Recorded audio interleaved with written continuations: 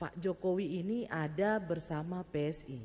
Nah ini selalu ada bersama PSI, ini menarik karena beliau sendiri kan bukan berasal dari PSI. Pak Jokowi itu kan sebenarnya seperti ayah kami dari PSI, orang yang selalu mendukung Pak Jokowi. Pak Jokowi kasih nasihat, ya harus dekat dengan masyarakat. Keringat teman-teman PSI harus bau keringatnya sama dengan keringat masyarakat yang ada di pasar.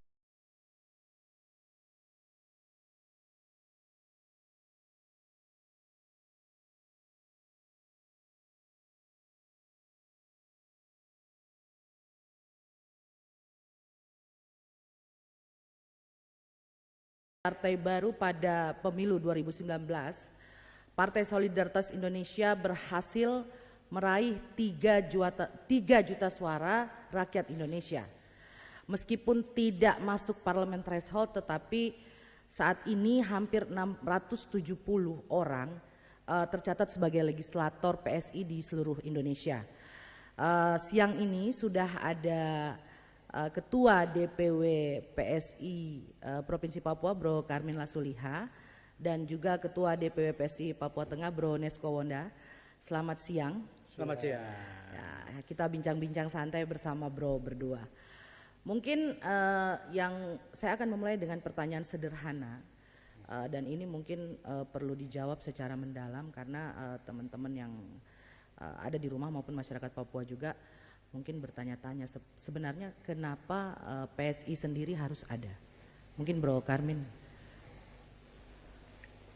Iya, terima kasih banyak. Saya pikir ini partai PSI ini lahir dari kegelisahan, tapi juga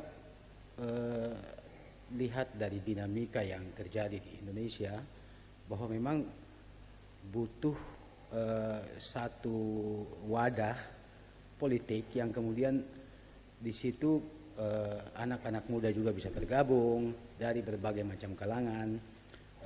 PSI lebih pada model meritokrasi yang melihat ada karya kemudian kinerja yang baik, yang kemudian dari sisi politik orang bisa memilih dan melihat orang itu dengan karya dan kerjanya.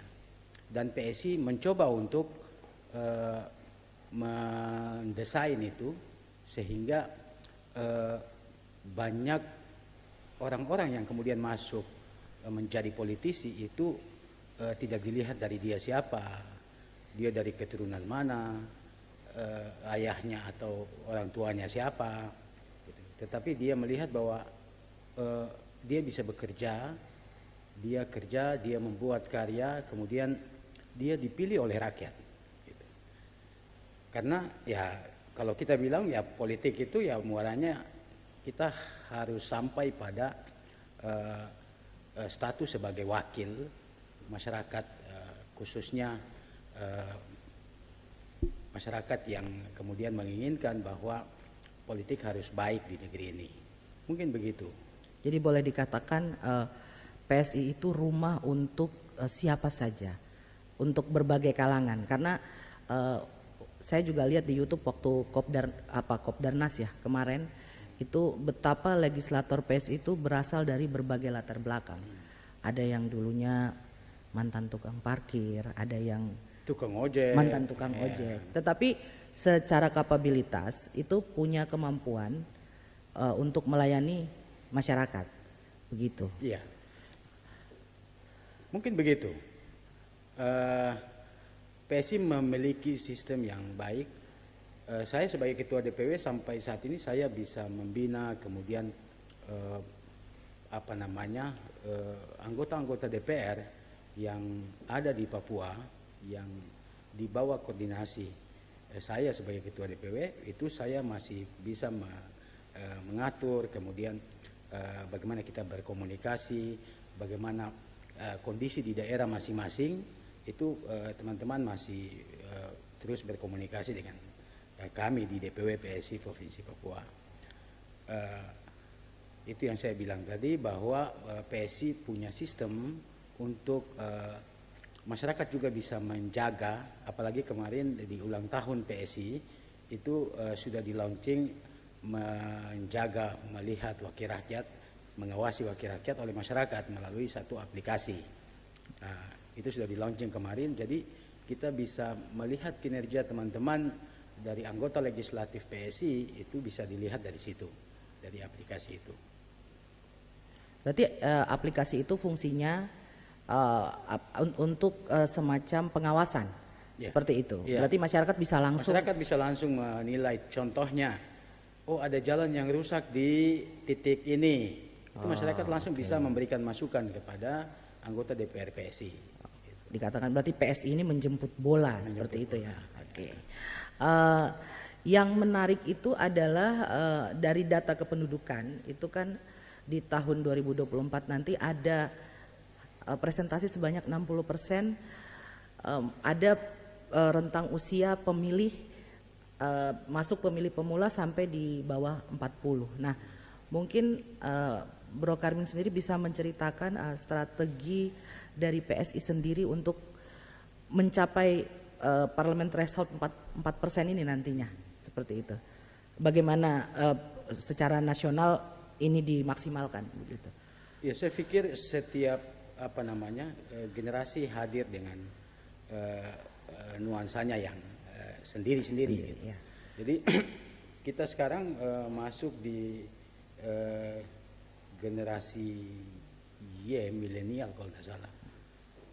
Kemudian ada generasi Z yang tahun 2024 itu cukup besar. Hasil dari survei CSIS kalau tidak salah, hasil dari CSIS itu bahwa generasi milenial itu kemudian itu yang nanti memiliki suara yang cukup besar sebanyak 60%. Kalau tidak salah, saya baca di media itu sebenarnya peluang buat semua partai politik sebenarnya yang kemudian bisa menggarap generasi-generasi ini. Kalau kemudian tidak didesain baik, harus memang ada pendidikan politik yang harus dilakukan oleh partai politik, tapi juga penyelenggara pemilihan umum itu juga harus mendesain ini dalam bentuk pendidikan politik, karena hal yang paling sederhana saja, mereka sebagai generasi yang nanti memilih tahun 2024 itu mereka punya keinginan memilih saja, tidak usah banyak A, I, U, E, O, tidak usah. Mereka mau datang memilih pada Februari tahun 2024 itu sudah luar biasa. Gitu. Nah, bagaimana mereka harus bisa memilih? Nah, PSI punya strategi juga. Gitu. Pemilih PSI punya cara untuk kemudian meraih suara mereka. PSI mulai dari platform anak muda, kemudian mendesain setiap kegiatan anak-anak muda itu untuk bisa meraih suara generasi ini, generasi Z ini. Karena pemilih ini cukup besar besok. Sehingga kalau kita tidak mengambil hati mereka, mereka juga apatis untuk masuk dalam ranah politik. Karena kan kalau kita bicara generasi milenial itu kan sangat kritis, artinya terhadap banyak hal lah, itu sangat kritis ya, sehingga PSI juga kan harus punya strategi-strategi khusus gitu loh untuk kemudian bagaimana merangkul kaum milenial seperti itu. Baik, ada yang menarik dan saya akan mengkonfirmasi langsung kepada Ketua DPW PSI Papua Tengah untuk kemudian kita mencari kebenaran diferensiasi antara PSI dan partai lain bahwa partai ini tanpa mahar. Artinya kita tahulah bahwa secara tidak usah kita, artinya itu sudah sangat bukan rahasia umum lagi gitu.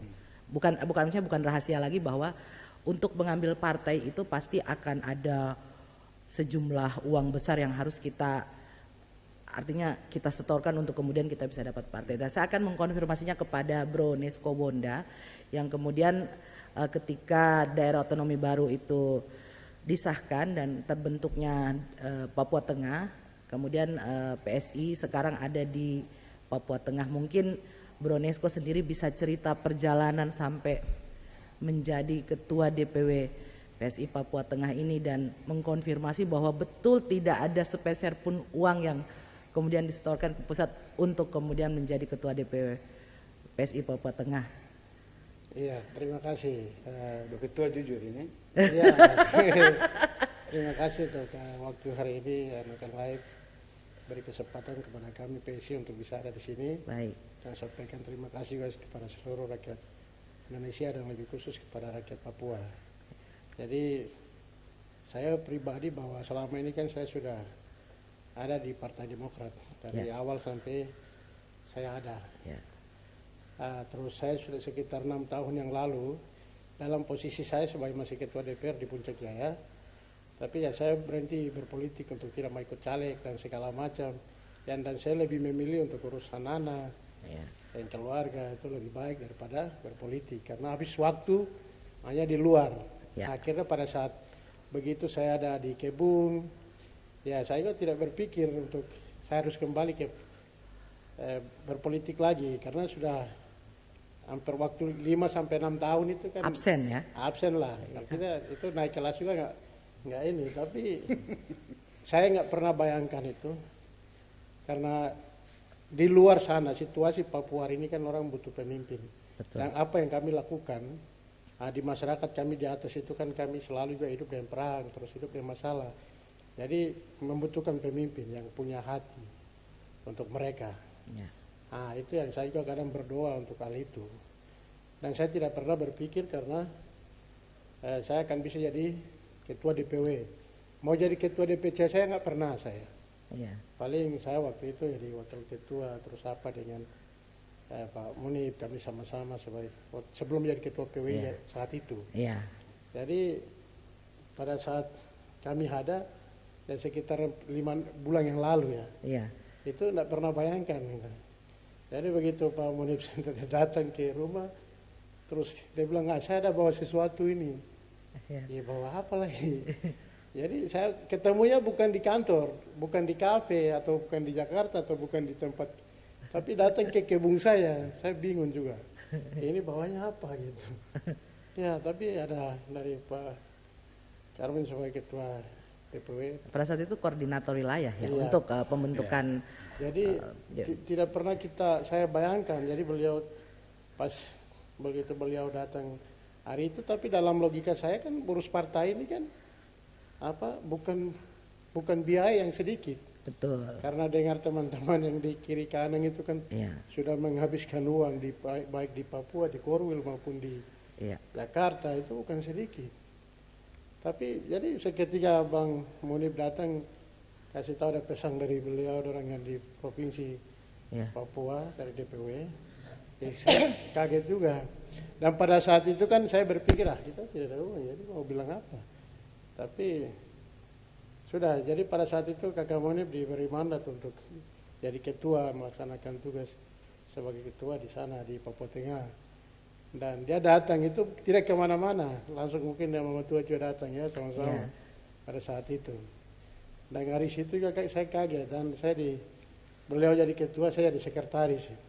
Iya. Nah, jadi saya menerima karena ya saya sadar itu bahwa ya beliau juga basicnya wartawan, terus saya juga basicnya politisi, saya sudah lama berada di luar daripada politik. Nah, terus kita dua jalan sama-sama menjelang 3 bulan ya. Hampir 3 bulan kemudian. Ya, jadi dari Kakak Munib sendiri terus Bung Karmin sendiri sudah memutuskan bahwa tiba-tiba saya dijadikan ketua. Tidak ada kata yang saya bisa bicara itu karena tidak ada satupun yang saya kasih sesuatu buat mereka. Oke, baik, ini dikonfirmasi ya, berarti tidak 1 rupiah pun tidak ya. ada 1 rupiah, jadi luar biasanya itu. Luar biasa. Hal yang saya tidak bayangkan.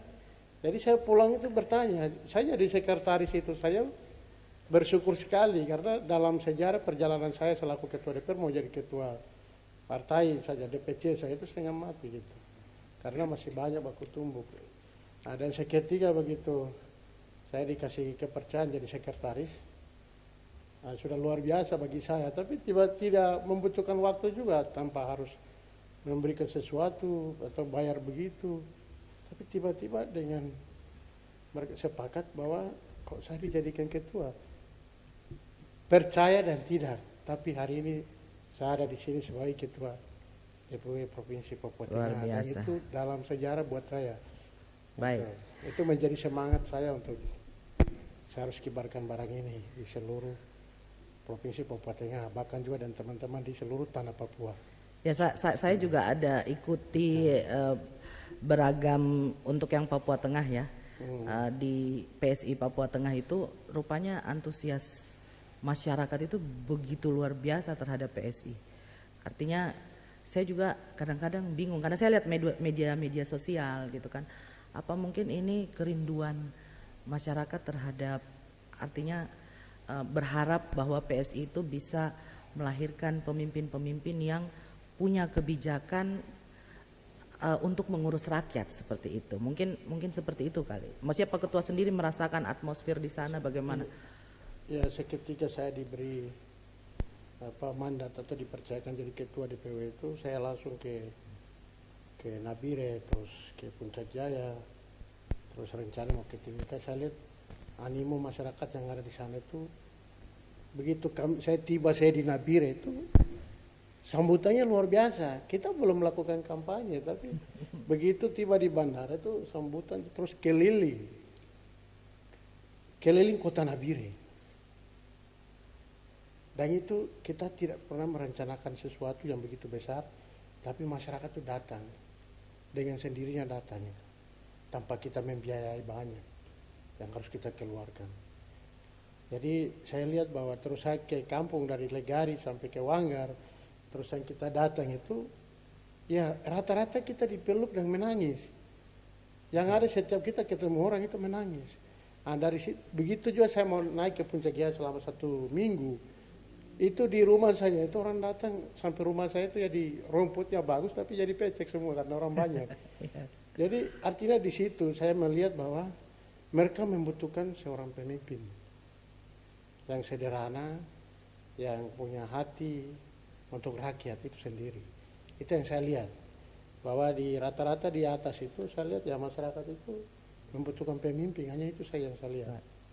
Jadi yang ada di situ juga, kalau di atas itu kan kita hidup ketergantungan masyarakat bawah ini kepada pejabat baik di DPR, di pemerintah maupun di bupati itu tinggi. Tapi kalau pemimpin tidak punya hati, itu ibaratnya anak ayam kehilangan induknya. Seperti itu yang saya temukan di daerah. Jadi saya harapkan kita PSI hadir di situ karena saya punya anak-anak yang ada ikut saya itu, ada yang seniman, terus ada yang nelayan, ada yang tukang ojek, ada yang itu semua. Jadi mereka itu yang selalu ada dengan rakyat. Jadi apa yang jadi tentang mereka itu ada. Dan kita juga memang dari sananya sudah hidup dengan mereka. Jadi saya sudah absen sudah 7 tahun di luar. Kembali ya itu. Iya, saya ada yang luar biasa yang saya lihat. Saya ada ikuti pidato Pak Ketua DPW PSI Papua Tengah. Sebelum dialog ini kan kita biasanya harus mencari bahan ya. Saya ada ikuti. Mungkin boleh dikatakan untuk saya lihat di Papua Tengah itu mungkin tagline yang tepat itu yang Pak Ketua bilang itu, urus rakyat. PSI harus bersama rakyat dan urus rakyat. Itu saya ingat sekali itu pidato itu. Itu waktu di Nabire. Sangat.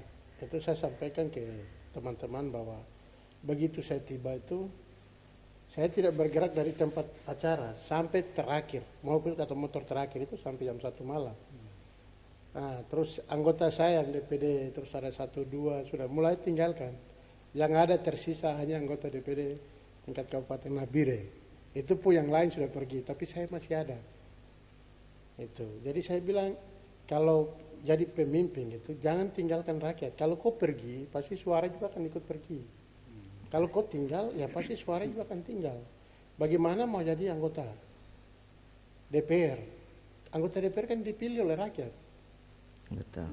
Bukan harus apa-apanya, tapi dipilih oleh rakyat. Jadi saya katakan bahwa jangan tinggalkan rakyat. Mereka menangis, kau ikut menangis. Mereka tertawa, kau ikut tertawa. Itu yang saya sampaikan kepada mereka. Jadi jadi pemimpin itu harus begitu, jangan tinggalkan rakyat. Itu kuncinya saja. Masyarakat itu bukan butuh uang, bukan butuh sesuatu, tapi mereka butuh seorang bapak, seorang ayah yang bisa hadir itu untuk jadi pemimpin dari partai politik. Untuk menjawab, berbagai masalah. Berbagai masalah Ya, itu masyarakat. sebelum kita bertanding ya kita harus duduk ya mereka apa maunya mereka supaya kita dipilih oleh rakyat. Nah itu pesan saya kepada semua anggota saya yang DPD. Ini menarik Bro Karmin karena saya lihat kan secara nasional itu partai terbiasa kan punya isu utama seperti itu ya. Tetapi kan kita tidak bisa kemudian artinya antara pusat dan daerah itu punya nuansa, punya dinamika yang sangat berbeda, ya kan.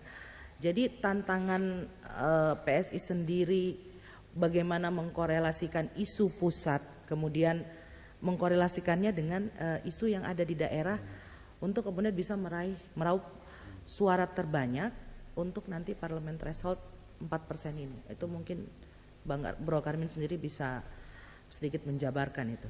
Iya, saya pikir PSI punya tagline hadir kerja untuk rakyat, dan bagaimana setiap DPW di seluruh Indonesia itu juga harus menerjemahkan apa yang menjadi tagline dari Dewan Pimpinan Pusat.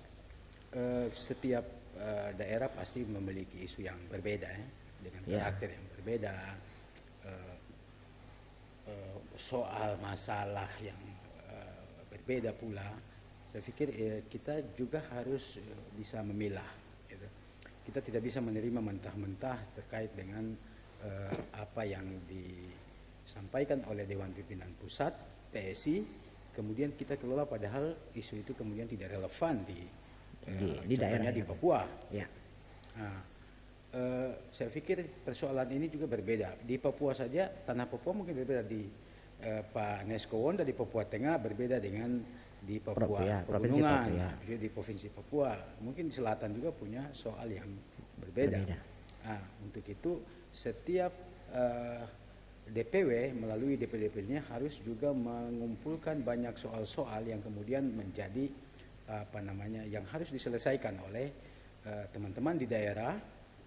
Begitu juga saya di Papua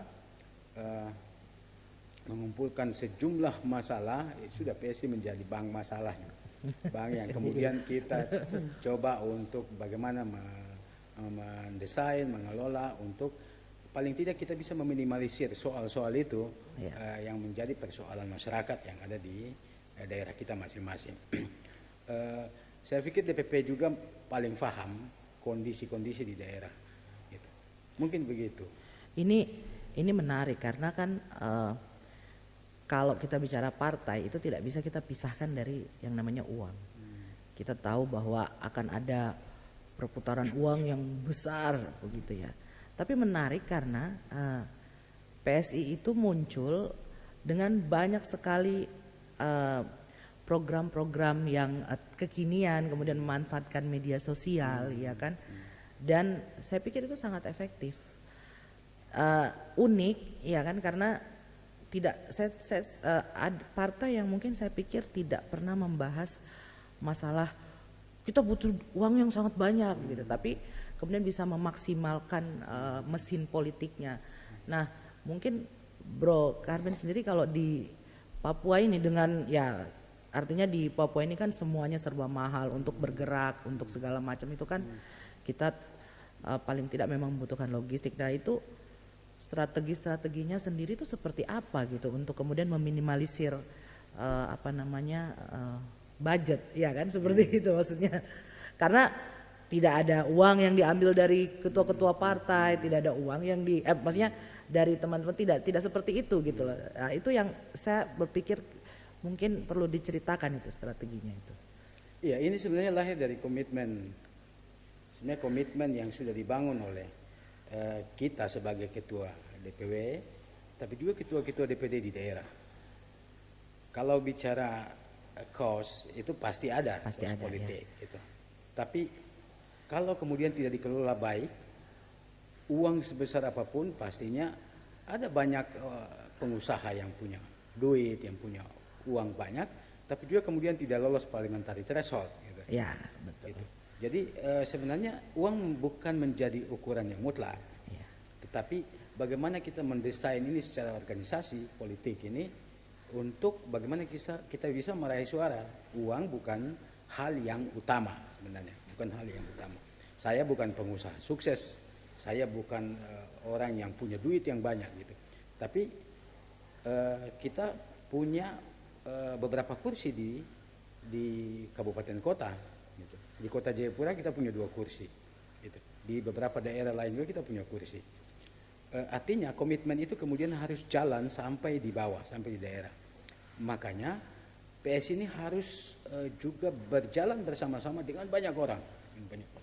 Tidak harus kita sendiri di PSI, teman-teman pengurus, tapi semua orang bahu-membahu untuk mendukung PSI. Caranya bagaimana? Kita punya kepentingan, ada kepentingan politik. Gitu.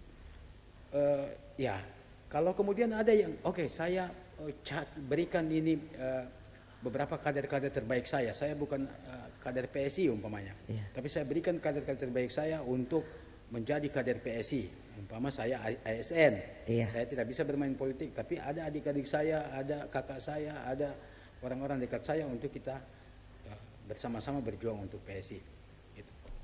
Kalau kemudian dia punya kepentingan politik, saya ingin menjadi bupati untuk membangun daerah saya, tidak ada masalah. Apa kontribusimu terhadap PSI? Gitu. Kalau kemudian kamu punya kontribusi PSI, ini saya harus berusaha, saya punya basis kuat, PSI harus dapat kursi 1 fraksi atau 1 tiket untuk saya maju pilkada. Silakan pakai, gitu. Tidak ada masalah. Gitu. Tidak harus ada uang besar yang terdaftar. Ya, betul. Kita punya kepentingan yang sama untuk membangun daerah, saya pikir. Gitu. Kalau kemudian PSI besar, ya sudah. Pak Ketua Papua Tengah juga namanya besar, yang berhasil membangun kekuatan PSI. Toh semakin banyak kita PSI yang duduk sebagai wakil rakyat, semakin baik untuk kita mengurus rakyat di daerah sesuai dengan tagline yang Pak Ketua PSI Papua Tengah sampaikan tadi. Berarti PSI itu mencari kesamaan bahwa tetap berangkat daripada membangun rakyat atau mengurus rakyat, ya kan, kemudian mengajak untuk bekerja sama dan artinya memenangkan ini secara bersama-sama. Artinya boleh dikatakan kemenangan PSI itu berarti kemenangan rakyat, mungkin seperti itu ya, Bro Karmin ya. Ya. Jadi memang kita tidak bisa saling mengkhianati. Gitu. Politik itu baik, yang tidak baik itu orang-orang yang berpolitik. Sedari dulu saya sudah sampaikan bahwa politik itu sesuatu yang baik. Jadi semua orang baik harus masuk di politik. Jangan sampai ada orang jahat yang masuk di politik. Sehingga orang menganggap bahwa politik itu sesuatu yang haram, kemudian itu penuh dengan muslihat, baku tipu, gitu. Padahal sebenarnya politik itu baik. Tapi karena banyak orang-orang yang tidak baik, yang orang-orang jahat, yang mementingkan diri sendiri, menggunakan kendaraan politik untuk kepentingan pribadi, kepentingan kelompoknya gitu. Padahal sebenarnya ya politik harus urus rakyat gitu. Untuk itu anggota DPR kami di seluruh Indonesia itu kami tidak potong. PSI, Dewan Pimpinan Pusat luar biasa. Mereka tidak memotong gaji mereka. Karena di beberapa partai politik ada yang sekian persen dipotong gajinya. Di PSI tidak. Sepenuhnya gaji itu untuk anggota DPR yang bersangkutan untuk mengurus keluarganya, tetapi apabila dia bekerja sebagai wakil rakyat itu tidak benar, maka dia akan dievaluasi dan paling kita harus PAW dia. Gitu. Itu sudah komitmen. Mereka tidak dipotong. Tetapi kalau kemudian ada kegiatan PSI, ya sudah kita harus bersama-sama membangun kekuatan PSI bersama. Gitu. Tidak harus dalam bentuk duit juga tidak. Tetapi kalau kemudian itu penting untuk kita harus besarkan PSI bersama-sama, kenapa tidak? Gitu. Iya. Saya pikir memang PSI itu cukup jujur ya, karena saya sering lihat banyak menggalang donasi-donasi secara terbuka begitu. Artinya ini kan melihat sistem seperti itu saya pikir wah ini mungkin salah satunya partai yang kemudian menggalang donasi secara terbuka dan jujur itu mungkin PSI yang hari ini saya lihat seperti itu gitu kan. Yang menarik itu pada saat melihat komposisi ketua PSI di seluruh tanah Papua gitu. Saya senyum-senyum saja, Bro. Saya pikir waktu itu wah, ini Pak Korwil ini. Artinya saya mengikuti karena memang cukup menarik gitu PSI itu untuk diikuti kan. Di Papua Tengah ini yang tadi Pak Bronesko sendiri sudah bilang, wah ini tukang kebun yang di Papua Tengah, yang di Papua Pegunungan ini tukang menyanyi, seniman. Ya Memang kan? kita cari tukang kebun dan tukang menyanyi. Ya ini yang menarik maksud saya. Artinya kan tapi jangan salah meskipun justru mungkin tukang kebun ini yang lebih diterima oleh masyarakat, mungkin tukang menyanyi atau musisi yang lebih diterima di masyarakat ya kan, karena kita sudah lelah dengan banyak janji, kita sudah lelah dengan banyak artinya banyak retorika seperti itu kan, tapi kita butuh pemimpin-pemimpin yang memang berasal dari bawah untuk mengetahui persoalan di bawah, mungkin begitu. Saya pikir karena memang pendidikan politik yang masih kurang pendidikan politik yang kurang sekali, sehingga orang awam melihat politik itu sebagai muslihat gitu. Sebagai muslihat sehingga coba kita cari penyanyi saja, kita cari tukang kebun saja dia jadi ini baru kita ikut dia Begitu. macam begitu. Jadi brand politik itu kemudian sudah kusut gitu di pikiran para orang awam gitu. Ketika politisi masuk, jangan berpolitik. Nah, untuk itu memang tanggung jawab kita semua bagaimana kita bisa merangkul ini orang awam yang tidak melek politik, tapi juga para generasi-generasi baru yang kemudian baru muncul ini nanti di 2024 ini mereka harus memilih, karena dari kebijakan politik itu kemudian lahir banyak kebijakan-kebijakan yang baik. Ya. Jadi untuk teman-teman yang ada di rumah, yang menarik ini kalau kita melihat figur Ketua DPW PSI Papua Tengah, karena beliau ini kita jadi wartawan sudah lama, kita tahu dulu beliau itu dari Ketua KPU Puncak Jaya. Beliau adalah intelektual pertama yang ada di Puncak Jaya, Bro Nesko Wonda ini. Jadi meskipun tukang kebun dia bukan orang baru, dia stok lama sebenarnya. Ini pernah menjadi ketua KPU, pernah menjadi ketua DPR, kemudian memutuskan sama sekali tidak berpolitik. Istirahat cukup lama. Yang saya sering ketemu malah itu di kebun. Saya masih ingat itu 3 tahun yang lalu itu mau bulan puasa itu tidak, ini bulan puasa tidak ada apa-apa di rumah. Datang sudah kemari di kebun ini ada banyak jagung, pergi panen. Luar biasa. Itu Bro Nesko itu saya datang panen jagung sudah. Itu cukup lama meninggalkan dunia politik itu. Kemudian itu kan kalau kita orang awam yang melihatnya apa mungkin ini kecewa dengan politika atau seperti apa. Tapi kemudian di saat sekarang itu tertarik dengan PSI dan mengatakan iya. Ini saja kan sebenarnya PSI itu berarti berhasil menyampaikan pesannya gitu loh. Berhasil artinya membumikan tagline yang urus rakyat itu gitu kan. Jadi mungkin Bro Nesko sendiri ini bisa cerita. Saya sendiri temukan itu karena politik itu seni. Kita sebagai orang politisi, saya kan bukan orang bisnismen. Saya juga bukan orang birokrat. Saya politisi tulen. Jadi itu seni. Hanya pikiran manusia seperti tadi Pak Korul sampaikan bahwa manusia itu yang bikin politik itu jadi kotor. Sebenarnya politik itu dia bersih adanya. Nah, jadi saya lihat di Papua ini, kalau saya tidak tahu kalau pemimpin di luar ya, jadi pemimpin untuk jadi kaya.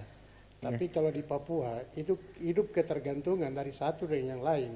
Karena kita ini kan masyarakat komunal ya. Betul. Hidup bersama.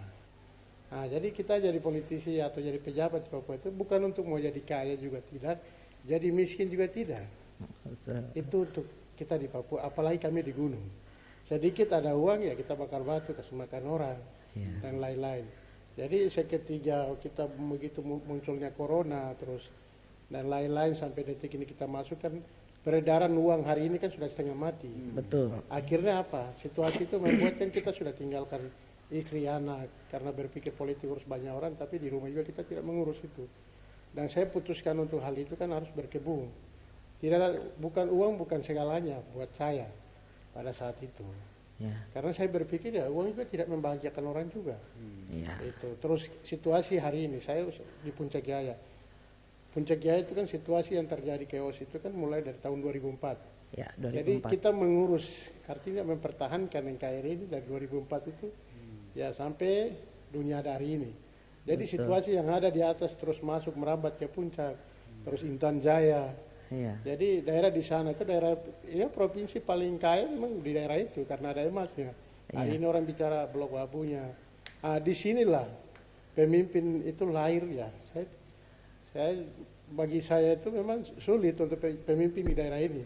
Iya, Itu. betul. Jadi masyarakat itu membutuhkan pemimpin harus ada dari mereka. Karena begitu situasi terjadi kan harus tinggalkan daerah pergi. Ya. Tinggal di kota lama baru kembali. Jadi masyarakat yang ada di sana itu seperti kehilangan apa itu yang anak ayam kehilangan induknya seperti itu. Jadi saya ketemu PSI ini artinya bahwa kalau partai yang besar ini kita jujur saja. Bahwa sekalipun kamu bupati, tapi mau jadi ketua partai saya tidak bisa. Ya paling taruhlah sekretaris, taruhlah ya di Bapilu, taruhlah ya di bendara. Yang ada situasi yang ada hari ini, yang kita bisa lihat sendiri. Terus, tapi kalau PSI ini, dia tidak melihat itu. Dia mengambil orang yang dari mana, yang penting orang itu bisa jadi pemimpin untuk rakyat. Ya. Itu. Jadi saya melihat bahwa sampai saya dengan Pak Korwil, terus dengan Pak Sekian kami ke Jakarta ya. Saya ketemu sendiri bro, ketua Pak Giri itu. Pak Giring ya. Jiwanya cocok dengan saya karena kita orang politisi itu kan kita harus ekspresikan diri kita sebagai orang politisi. Ya. Kita harus Tidak eksklusif. iya, Ya, tidak betul. jadi kita duduk cerita, makan juga di warung Padang, kita jalan juga. Jadi santai itu baru karena apa? Ya contohnya kita partai lain ya, saya berada di Demokrat apa, ya saya tidak pernah ketemu SBY juga jujur. Sekalipun saya sudah jadi ketua Demokrat 2 periode, tapi saya nggak pernah ketemu. Jadi apalagi saya ketemu gini itu seperti keluarga sendiri, bebas kita bercerita, makan bersama. Jadi tidak ada perbedaan antara kasta ya, DPP, DPW dan itu DPD tidak ada. Yang ada itu kekeluargaan. Nah itu yang dia Artinya ini cocok dengan dengan saya punya kondisi jiwa karena saya sebagai orang jiwa, politisi betul. saya cocok karena saya harus karena kita ketemu Tuhan Allah itu kan lebih gampang karena doa langsung tidak ada yang menghalang. Tapi kalau ketemu manusia di dunia ini kan harus proses, harus lewat orang ketiga lah, orang keempat lah, dan segala macam, kelima lah. Ya saat pun sekalipun kita harus kasih uang baru bisa ketemu ke dalam ruang parkir aja. Tapi saya ketemu PSI tidak.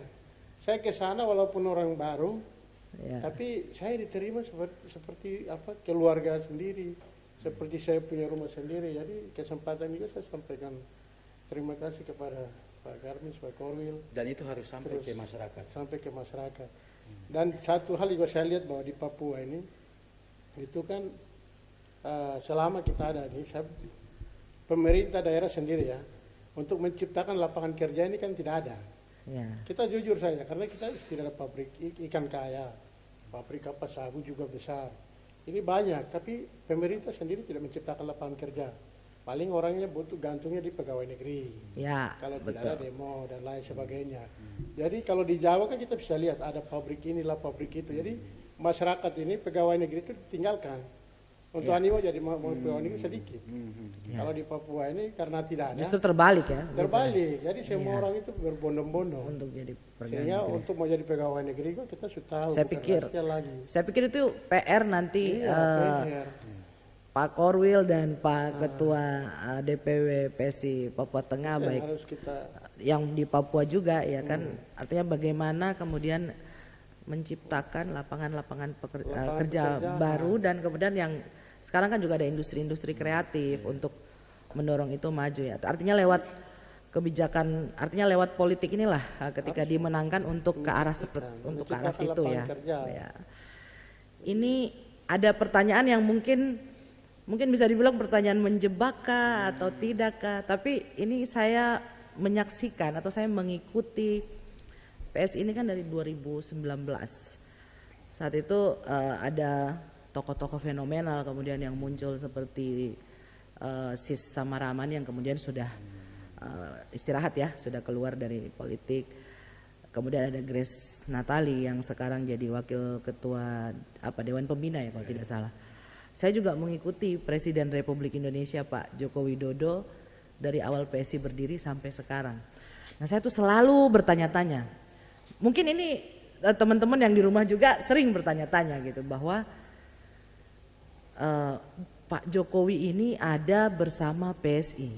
Nah ini selalu ada bersama PSI, ini menarik karena beliau sendiri kan bukan berasal dari PSI, maksudnya beliau tidak ada dalam kepengurusan, tidak ada nama tapi begitu pedulinya beliau dengan PSI. Bahkan saya ikuti Kopdarnas kemarin itu bahasa beliau itu PSI menang itu beliau yang bersemangat begitu. Nah ini tanggapan Bro Karmin sendiri bagaimana? Ya, Pak Jokowi itu kan sebenarnya seperti ayah kami dari PSI, orang yang selalu mendukung. Apalagi Pak Jokowi itu adalah seorang presiden. Ya, dukungan dia kasih nasihat itu ya kami harus jalankan. Begitu disampaikan oleh Dewan Pimpinan Pusat. Beberapa kali mereka audiens dengan Pak Jokowi kasih nasihat. Ya harus dekat dengan masyarakat, keringat teman-teman PSI harus bau keringatnya sama dengan keringat masyarakat yang ada di pasar, yang ada di terminal, yang ada di kebun-kebun, di ladang, macam-macam gitu. Jadi